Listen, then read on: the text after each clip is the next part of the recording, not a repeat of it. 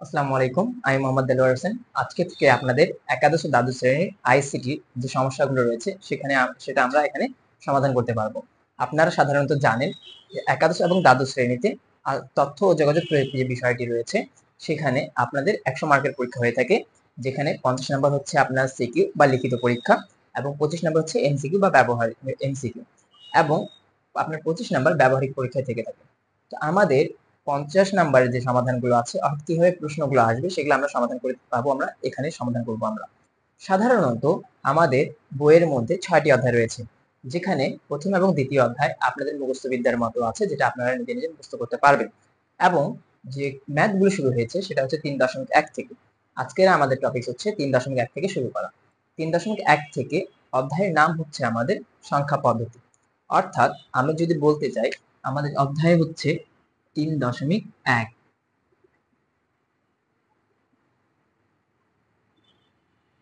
সংখ্যা পদ্ধতি।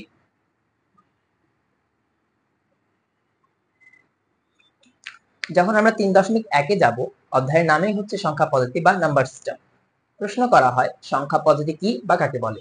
যে কোনো সংখ্যা লেখা বা প্রকাশ করার পদ্ধতিকে সংখ্যা পদ্ধতি বলে। আমরা জানি যে কোনো সংখ্যা লেখা বা প্রকাশ করার পদ্ধতিকে সংখ্যা পদ্ধতি বলে। সাধারণত সংখ্যা পদ্ধতি দুই প্রকার, এক নম্বর হচ্ছে পজিশনাল আর এক নম্বর হচ্ছে নন পজিশনাল। এখন পজিশনাল জিনিসটা কি? যার নির্দিষ্ট অবস্থান আছে। নন পজিশনাল বলতে যেটা নির্দিষ্ট কোনো অবস্থান নেই। এখন দেখো, তোমরা হয়তো জানো প্রাচীনকালে মানুষগুলো পাহাড়ের গুহায় দাগ কেটে কেটে রাখতো, রশিতে গিট দিয়ে রাখতো। সেগুলো সাধারণত হয়ে থাকে আমাদের নন পজিশনাল। আর পজিশনাল সংখ্যা পদ্ধতি হচ্ছে যার নির্দিষ্ট অবস্থান বা বেস বা ভিত্তি থাকবে। পজিশনাল সংখ্যা পদ্ধতিকে সাধারণত 4 ভাগে ভাগ করা হয়। পজিশনাল সংখ্যা পদ্ধতি সাধারণত আমরা 4 ভাগে ভাগ করি। পজিশনাল সংখ্যা পদ্ধতি সাধারণত এই 4 ভাগে ভাগ করা হয়: binary, octal, decimal, hexadecimal. Bi শব্দের অর্থ 2, অর্থাৎ যেখানে আমি এই বাই শব্দের উচ্চারণ দেখতে পারবো সেখানে আমাকে ধরে নিতে হবে সেখানে তার অর্থ হচ্ছে 2। অর্থাৎ এখানে বাইনারিতে 0 এবং 1 ব্যবহার করা হবে। ঠিক একইভাবে অক্টালে 0 থেকে 7 ব্যবহার করা হবে। ডেসিমেলের ক্ষেত্রে 0 থেকে 9, এবং মনে রাখতে হবে হেক্সা শব্দের অর্থ হচ্ছে 6। আমরা জানি হেক্সা শব্দের অর্থ হচ্ছে 6 এবং ডেসিমেল শব্দের অর্থ 10। তাহলে আমরা টোটাল যদি করে থাকি 16 হয়ে থাকে। তাহলে এই সংখ্যা পদ্ধতিতে তোমরা 0 থেকে 9 পাবাই। এবং এখানে তোমার অতিরিক্ত ভাবে যখন তোমাকে 10 লিখতে বলা হবে, 10 এর বিহাফে তুমি লিখতে পারবা এ, 11 বললে বি, 12 বললে সি, 13 বললে ডি, ই এবং 15 বললে এফ পর্যন্ত সংখ্যা ব্যবহার করতে পারবা। ঠিক আছে, এটা হচ্ছে আমাদের সংখ্যা পদ্ধতির তথ্য। অর্থাৎ আমরা প্রথমে দিকেই বললাম যে কোনো সংখ্যা লেখা বা প্রকাশ করার পদ্ধতিকে আমরা সংখ্যা পদ্ধতি বলে থাকি। সংখ্যা পদ্ধতি দুই প্রকার, একটা হচ্ছে পজিশনাল আর একটা হচ্ছে নন পজিশনাল। পজিশনাল সংখ্যা পদ্ধতিকে 4 ভাগে ভাগ করা হয়ে থাকে: binary, octal, decimal, hexadecimal. Bi শব্দের অর্থ আমরা প্রথমেই বলেছিলাম 2 এবং হেক্সা শব্দের অর্থ হচ্ছে 6। মনে রাখতে হবে, এগুলো কিন্তু আপনাদের বহু নির্বাচনী প্রশ্নে আসতে পারে। বাই শব্দের অর্থ কি এবং হেক্সা শব্দের অর্থ কি। বাইনারিতে 0 এবং 1, অক্টালে 0 থেকে 7, ডেসিমেলে 0 থেকে 9, হেক্সাডেসিমেলে 0 থেকে 9 এবং এ থেকে এফ পর্যন্ত সংখ্যা তোমাকে ব্যবহার করতে বলা হবে। অর্থাৎ কোন জায়গায় যদি তুমি দেখতে পারো তোমাকে হেক্সাডেসিমেলের ক্ষেত্রে বললো যে 10 লিখতে, তুমি 10 লিখতে পারবে না, তোমাকে 10 এর বিহাফে কি লিখতে হবে? এ লিখতে হবে। ঠিক আছে, আমরা এতটুকু জিনিসটা বুঝতে পেরেছি। এখন মনে রাখতে হবে, তুমি যদি এই তথ্যগুলো মনে রাখতে না পারো তাহলে কিন্তু তুমি সংখ্যা পদ্ধতি প্রয়োগ করতে পারবে না। তোমাকে সংখ্যা পদ্ধতি প্রয়োগ করতে গেলে তোমাকে এই তথ্যগুলো মনে রাখতে হবে। এরপরে তোমাকে যে জিনিসটা জানতে হবে, আমরা যেহেতু কলেজে উঠেছি আমরা প্রত্যেকটা সংখ্যার শেষে এরকম করে দেখতে পারি কিছু তথ্য দেওয়া থাকে। 2, অক্টালের ক্ষেত্রে দেওয়া থাকে 8, ডেসিমেলের ক্ষেত্রে 10 এবং হেক্সাডেসিমেলে আমরা 16 তথ্যটি দেখতে পারি। এগুলাকে কি বলা হয়? এগুলাকে বলা হয়ে থাকে বেস বা ভিত্তি। এখন প্রশ্ন করা যেতে পারে বেস বা ভিত্তি কি? কোন সংখ্যা পদ্ধতিতে ব্যবহৃত মোট অক্ষর বর্ণ চিহ্ন এর সমষ্টিকে বেস বা ভিত্তি বলে। অর্থাৎ এখানে 2 যেটা আছে, 8 আছে, 10 আছে এবং 16 যেটা দেওয়া আছে সেগুলোকে বলা হয় বেস বা ভিত্তি। আমি আবার বলছি, কোন সংখ্যা পদ্ধতিতে ব্যবহৃত মোট অক্ষর বর্ণ চিহ্ন এর সমষ্টিকে আমরা বেস বা ভিত্তি বলে থাকি। আচ্ছা, এখন আমরা বেস বা ভিত্তি ক্যালকুলেট করব কিভাবে? মনে রাখার বিষয়, বেস বা ভিত্তি যেটা হচ্ছে কোন সংখ্যা পদ্ধতির সর্বোচ্চ মানের সাথে 1 যোগ করলে আমরা বেস বা ভিত্তি পাবো। যেমন দেখতে পাচ্ছি এখানে সর্বোচ্চ মান হচ্ছে 1, একের সাথে 1 যোগ করলাম 2 পেয়ে গেলাম, সাথে সাথে 1 যোগ করলাম 8 পেয়ে গেলাম, 9 এর সাথে 1 যোগ করলাম 10 পেয়ে গেলাম। এফ এর মান 15 ছিল, তার সাথে 1 যোগ করলাম 16 পেয়ে গেলাম। তাহলে আমরা বলতে পারি সর্বোচ্চ মানের সাথে 1 যোগ করলে আমরা বেজোড় ভিত্তি পাবো। তাহলে কোনো জায়গায় যদি প্রশ্ন করা হয় এমন একটি সংখ্যা পদ্ধতি তৈরি করো যেখানে 0 থেকে 4 পর্যন্ত সংখ্যা ব্যবহার করা হয়ে থাকে, তাহলে সংখ্যাটির বেজোড় ভিত্তি কত হবে? জি হ্যাঁ, আপনারা সঠিক বুঝতে পেরেছেন, এটার মান হবে আমাদের 5। অর্থাৎ কোন সর্বোচ্চ মানের সাথে যদি আমরা 1 যোগ করতে পারি আমরা যেটা পাবো সেটা হচ্ছে আমাদের বেস বা ভিত্তি। আচ্ছা, আরেকটা বিষয় মনে রাখবো, তাহলে আমরা এটা বলতে পারি যে বেস বা ভিত্তি থেকে যদি আমরা 1 মাইনাস করি তাহলে সর্বোচ্চ সংখ্যা পেয়ে যাবো। দেখেন যে কোনো সংখ্যার ক্ষেত্রে বেস বা ভিত্তি থেকে যদি আমরা 1টা মাইনাস করে ফেলবো সেক্ষেত্রে আমরা সর্বোচ্চ মান পাবো। তাহলে তোমাকে যদি প্রশ্ন করা হয় এমন একটি সংখ্যা তৈরি করো যার বেস বা ভিত্তি হচ্ছে 6 থাকলে আমরা সেটা পেয়ে যাবো 0 থেকে 5। মনে রাখবেন 6 ভিত্তিক সংখ্যা পদ্ধতিকে হেক্সা পদ্ধতি বলা হয়। হেক্সা ডেসিমাল হচ্ছে 16 ভিত্তিক এবং 6 ভিত্তিককে বলা হয় হেক্সা। অর্থাৎ এই পদ্ধতিতে শুধুমাত্র 0 থেকে 5 পর্যন্ত ব্যবহার করা হবে। আচ্ছা, এক্ষেত্রে অতিরিক্ত একটা তথ্য আপনাকে মনে রাখতে হবে বা নোট করে রাখতে পারো, যে কোনো সংখ্যা পদ্ধতির সর্বোচ্চ মানের পরের মান সর্বদা 10 হয়ে থাকে। যে কোনো সংখ্যা পদ্ধতি, এটা আমরা বিস্তারিত যখন আলোচনা করবো আরো গভীরতার দিকে যাব তখন আমরা এটা জানতে পারবো। যে কোনো সংখ্যা পদ্ধতির সর্বোচ্চ মানের পরের মান সর্বদা 10 হয়ে থাকে। আচ্ছা, এতটুকু আমরা বুঝতে পেরেছি যে কোনো সংখ্যা লেখা বা প্রকাশ করা পদ্ধতি সংখ্যা পদ্ধতি বলে। সংখ্যা পদ্ধতি দুই প্রকার, একটা হচ্ছে পজিশনাল আর একটা হচ্ছে নন পজিশনাল। পজিশনাল সংখ্যা পদ্ধতিকে 4 ভাগে ভাগ করা হয়, binary, octal, decimal, hexadecimal. Bi শব্দের অর্থ 2, হেক্সা শব্দের অর্থ হচ্ছে 6। যেখানে আমরা দেখতে পাচ্ছি বাইনারিতে 2 থাকবে, অক্টালে 8, ডেসিমেলে 10 এবং হেক্সাডেসিমেলে 16 দেওয়া থাকবে। আচ্ছা, এরপরে তোমাকে একটা তথ্য মনে রাখতে হবে, যদি ডেসিমালে কোনো জায়গায় যদি লেখা থাকে দশমিক,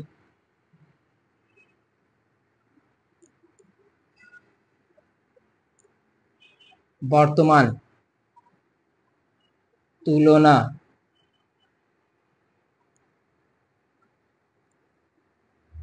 এই তথ্যগুলো যদি উল্লেখ থাকে, ঠিক আছে, তাহলে সেক্ষেত্রে আমাকে সেটা ডেসিমাল নাম্বার করতে হবে। মনে করো প্রশ্ন পড়লো প্রচলিত সংখ্যা পদ্ধতিতে রূপান্তর করো, তাহলে তোমাকে ডেসিমালে রূপান্তর করতে হবে। ঠিক আছে, এতটুকু ছিল আমাদের বেসিক ফান্ডামেন্টাল ইনফরমেশন। এগুলা থেকে ব্যবহার করে আমাদের সংখ্যা পদ্ধতি রূপান্তর করতে হবে। মনে রাখতে হবে আমরা যখন রূপান্তর করব তখন সেক্ষেত্রে আমরা বাইনারি থেকে অক্টাল সবগুলোতে আমরা রূপান্তর করব, কিন্তু অক্টাল থেকে হেক্সাডেসিমেলে সরাসরি রূপান্তর করা যায় না। অর্থাৎ এখানে মাধ্যম করতে হবে।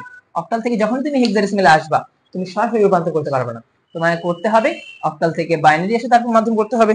আমরা এখানে দেখতে পাচ্ছি binary, octal, decimal, hexadecimal.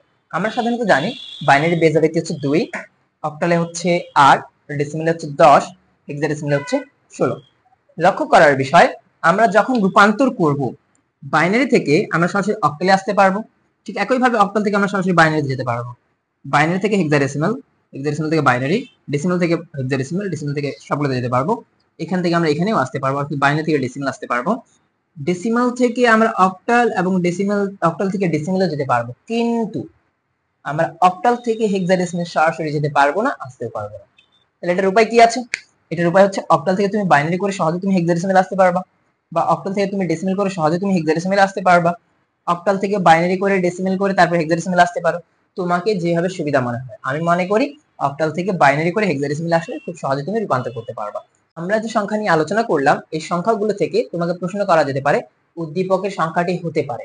Normally মনে করো তোমার কাছে কোন একটা সংখ্যা লিখে দিল 101, প্রশ্ন করলো সংখ্যাটি হতে পারে। আমরা যদি দেখি এখানে লক্ষ্য করি এখানে সর্বোচ্চ মান হচ্ছে 1। 1টা কার মধ্যে হতে পারে? 1টা দেখতে পাচ্ছি 0 এবং 1 সাধারণত আমরা জানি এটা বাইনারিতে থাকে, তাই না? তো এটা বাইনারি সংখ্যা হতে পারে, কিন্তু শুধুমাত্র কি এটা বাইনারি হতে পারে? আমরা দেখতে পাচ্ছি এখানে এটা অক্টালও হতে পারে, ডেসিমালও হতে পারে এবং হেক্সাডেসিমালও হতে পারে। ঠিক একই ভাবে 2 7 এটা একটা সংখ্যা দেওয়া আছে। এখন প্রশ্ন করলো এমসিকিউতে বা আপনাকে বললো যে সংখ্যাটি হতে পারে। এখন সংখ্যাটা কি কি সংখ্যা হতে পারে? আমরা দেখতে পাচ্ছি এখানে সর্বোচ্চ মান হচ্ছে, বের করা সহজ উপায় যেটা আমি মনে করি, সর্বোচ্চ মান যেটা আছে এখানে 7 আছে। 7 কার কার মধ্যে আছে? 7 অক্টালে আছে, ডেসিমালে আছে এবং হেক্সাডেসিমালেও আছে। তাহলে আমরা বলতে পারি এটা একটা অক্টাল সংখ্যা পদ্ধতি হবে, এটা হেক্সাডেসিমাল হবে এবং এটা হেক্সাডেসিমাল হতে পারে। একটা বোর্ড কোশ্চেনে একটা কোশ্চেন এসেছিল যে 2 9 7 এবং বাইরে দেওয়া আছে 8, প্রশ্ন করছে ব্যাখ্যা করো। ঠিক আছে, এখানে লক্ষ্য করে যদি আমরা দেখি এখানে দেওয়া আছে 9 এবং বেসারিতে দেওয়া আছে 8। অনেকগুলো শিক্ষার্থী এখানে অ্যান্সার করে থাকে যে এটি অক্টাল সংখ্যা পদ্ধতি, কিন্তু আসলে এটার অ্যান্সার হবে উদ্দীপকের সংখ্যাটি হচ্ছে একটি ভুল সংখ্যা পদ্ধতি। ঠিক আছে, কিভাবে ভুল সংখ্যা পদ্ধতি সেটা আমরা বর্ণনা করি। কারণ এখানে বেসভারিতে দেওয়া আছে 8, আপনারা দেখতে পাচ্ছেন এখানে 8 দেওয়া আছে, যা নির্দেশ করে এটি একটি অক্টাল সংখ্যা পদ্ধতি, কারণ অক্টালে 8 দেওয়া থাকে। কিন্তু এখানে ব্যবহৃত সংখ্যা হচ্ছে 9, যা অক্টেল সংখ্যা পদ্ধতির অন্তর্ভুক্ত নয়। তাই বলা যায় সংখ্যাটি একটি ভুল সংখ্যা পদ্ধতি। এইভাবে করে আমরা এটার অ্যান্সার করতে পারবো এবং এই কয়েকটা তথ্য দেখেই আমরা রূপান্তর কিভাবে করতে হয় সেই রূপান্তরগুলো আমরা দেখব। আমরা এখন রূপান্তর দেখব ডেসিমাল হতে বাইনারি, অর্থাৎ ডেসিমেল সংখ্যা দেওয়া থাকলে আমরা কিভাবে সেটাকে বাইনারিতে রূপান্তর করব। আমরা একটু আগে দেখেছিলাম ডেসিমেল সংখ্যা বলতে আমরা সাধারণত বুঝেছিলাম যেখানে 0 এবং যেখানে 0 থেকে 9 পর্যন্ত থাকবে, ঠিক আছে, সেটা হচ্ছে আমাদের ডেসিমেল নাম্বার, যেটা টাকার অঙ্কগুলো থেকে থাকে।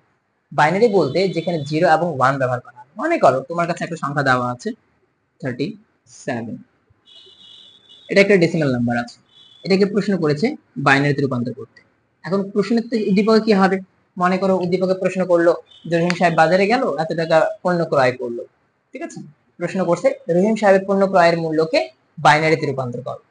এই ধরনের প্রশ্নের জন্য আমাদেরকে একটা ফর্মুলা মনে রাখতে হবে। আমরা একটু আগেই বলেছিলাম যে 10 অর্থ হচ্ছে ডেসিমাল, আর অপোজিটে মনে রাখলাম 2, 8, 16। 2 বলতে বাইনারি, 8 বলতে অক্টাল এবং 16 বলতে হেক্সাডেসিমাল। আমরা যদি ডেসিমাল থেকে বাইনারি, অক্টাল, হেক্সাডেসিমাল আমরা রূপান্তর করব, আমরা ভাগ করব।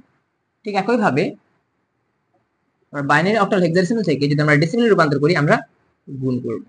আশা করা যায় যে এতটুকু কথাটা আমরা বুঝতে পেরেছি। ডেসিমাল থেকে অর্থাৎ 10-এর যদি বাইরে যায় আমরা ভাগ করব, আর 10-এর ভিতরে যদি আসি আমরা গুণ করব। নরমালি মনে রাখার উপায় যদি আমি বলি, 10কে যদি আমরা দেশ ধরে রাখি, দেশের বাইরে গেলে ভাগ, দেশের ভিতরে গেলে গুণ, এটা আমরা পূর্ণ সংখ্যার ক্ষেত্রে প্রযোজ্য করতে পারবো। দেখতে পাচ্ছি এখানে আমাদের ডেসিমাল দেওয়া আছে, ডেসিমালের বাইরে যেতে বলছে, তার অর্থ হচ্ছে ডেসিমালের বাইরে গেলে আমাদের কি করতে হবে? ভাগ করতে হবে। এখন দেখো কিভাবে ভাগ করব। আমরা 37কে 2 দ্বারা ভাগ করব। আমরা যদি 37কে 2 দ্বারা ভাগ করে থাকি, 18 দুগুণে 36,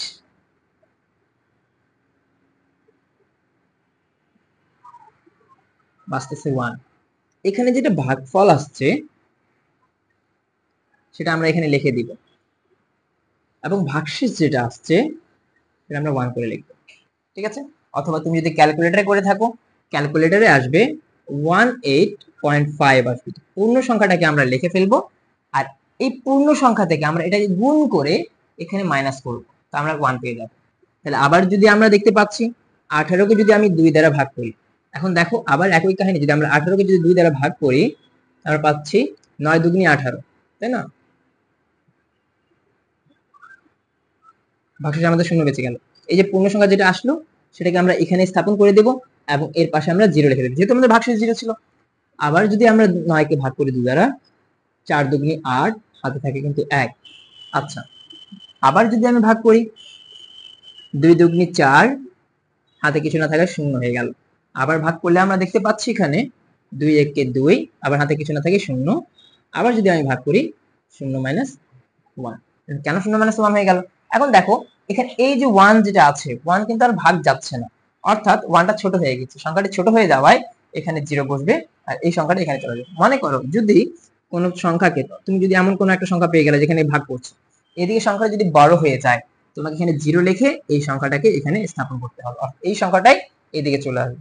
আশা করা যায় যে আমরা এই জিনিসটা বুঝতে পেরেছি। এখন এটার যদি কোনো জায়গায় তোমার যদি সন্দেহ হয়, অনেক সময় এমন হয় পরীক্ষা সেন্টারে বসে আমাদের সন্দেহ হচ্ছে যে আমার কোনো একটা লাইনে হয়তো ভুল হয়ে গিয়েছে, তখন তুমি একটা কাজ করতে পারো। এই যে এই ভিতরের সংখ্যাটা ছিল না, মনে করো আমার সন্দেহ হচ্ছে আমার এই লাইনে হয়তো ভুল হয়েছে, আমি কি করব? এই সংখ্যা থেকে এটা গুণ করব, 4 দুগুণে 8, আর এখানে মাইনাস ছিল 1 করে দিলাম, যোগ করে দিলাম প্লাস, এটা 8 আর 1 9, 9 কি মিলে গিয়েছে? মিললে অবশ্যই রাইট আছে। যেমন 9 দুগুণে 18, 18 থেকে 0 যোগ করলে 18ই হবে, দেখো 18 মিলে গিয়েছে। যদি সন্দেহ হয় তোমাকে, তুমি এরকম করে নিজেকে গবেষণা করতে পারবা, ঠিক আছে। এখন উত্তর লেখার পালা। বাইনারির ক্ষেত্রে লিখতে হয় এলএসবি, এমএসবি, অর্থাৎ least significant bit, most significant bit. অর্থাৎ আমরা অ্যান্সার যখন লিখবো, অর্থাৎ আমাদের 37 যে সংখ্যাটা আছে সেই সংখ্যাটাকে যদি আমরা উত্তর লিখবো, দেখো আমরা যখন ভাগ করেছিলাম শুধুমাত্র পূর্ণ সংখ্যাকে ভাগ করেছি, যখন অ্যান্সার লিখবো শুধুমাত্র আমরা ভগ্নাংশের যে তথ্যগুলো আছে, অর্থাৎ হাইফেনের এই দিকে যে সংখ্যাগুলো দেওয়া আছে সেগুলোকে আমরা লিখবো, অর্থাৎ নিচের দিক থেকে উপরে লিখবো। কি পাচ্ছি আমরা? 100 100 101, 2 দ্বারা করেছিলাম এই জন্য এখানে 2 দিয়েছি। এখন যদি আমি 8 দ্বারা ভাগ করতাম তাহলে 8 লিখতাম, 16 দ্বারা ভাগ করলে 16 করতাম। তাহলে আমরা এটা বলতে পারছি এটা আমাদের বাইনারি সমাধান পেয়েছে। সাপোজ যদি মনে করো আমি এই সংখ্যাটাকে অক্টাল অথবা হেক্সাডেসিমালে আমরা যদি করতে চাই তাহলে কি হবে? 37 কে যদি এখন আমরা অক্টালে রূপান্তর করি তাহলে আমরা দেখতে পাচ্ছি যে 37 কে আমাকে 8 দ্বারা ভাগ করতে হবে। 8 দ্বারা যদি আমি ভাগ করি আমরা পেয়ে যাচ্ছি 4 পয়েন্ট সামথিং। আমি পূর্ণ সংখ্যা লিখে দিলাম 4। এখন এই 4 থেকে এটাকে গুণ করব, 4 টা 32, 32 থেকে যদি আমি উপরের সংখ্যাটা মাইনাস করি তাহলে আমি পেয়ে যাচ্ছি 32 থেকে 5 পেয়ে যাব। এখন আবার যদি আমি এই সংখ্যাটাকে আমরা 8 দ্বারা ভাগ করি আমি দেখতে পাচ্ছি এই সংখ্যাটা ছোট হয়ে গিয়েছে, যার কারণে এই সংখ্যাটা আর ভাগ যাবে না। যেহেতু ভাগ যাবে না তো আমরা এখানে লিখব 0 এবং এই সংখ্যাটাই এই দিকে চলে আসবে, অর্থাৎ 4টা আমাদের এই দিকে চলে আসবে। এখন আমাদের আবার উত্তর লিখতে হবে, যেহেতু এখানে 0 চলে আসছে, এক কথা তোমাকে এখানে 0 আনতেই হবে, যে কোনো শর্ত সাপেক্ষে তোমাকে এখানে 0 আনতে হবে। তার মানে এটা না যে ভাগ যাবে তারপরে আমরা এখানে 0 এনে দেব, এরকম কিন্তু করা যাবে না। তো যখন আমি বাইনারি করেছিলাম আমি লিখেছিলাম এমএসবি, কিন্তু যখন আমি বাইনারি বর্ধিত অন্য সংখ্যা করব সেক্ষেত্রে আমাকে লিখতে হবে এমএসডি অর্থাৎ ডিজিট, আর এলএসডি এটা কিন্তু এমসিকিউ তে আসে। এমএসবি এর পূর্ণরূপ কি, এলএসবি এর পূর্ণরূপ কি, এটা তোমাদেরকে মুখস্থ রাখতে হবে। এমএসবি এর পূর্ণরূপ মোস্ট সিগনিফিকেন্ট বিট আর এলএসবি এর পূর্ণরূপ হচ্ছে লেস্ট সিগনিফিকেন্ট বিট। আর যখন আমরা বাইনারিতে করব সেক্ষেত্রে আমরা বি দিব, অন্যান্য ক্ষেত্রে আমরা ডি দিব অর্থাৎ ডিজিট। তাহলে আমাদের অ্যানসার হচ্ছে 37। এটা যদি আমাদের ডেসিমেল নাম্বার ছিল এটা আমরা অক্টালে পেয়ে যাচ্ছি, নিচের দিক থেকে উপরে লিখবো 4 5।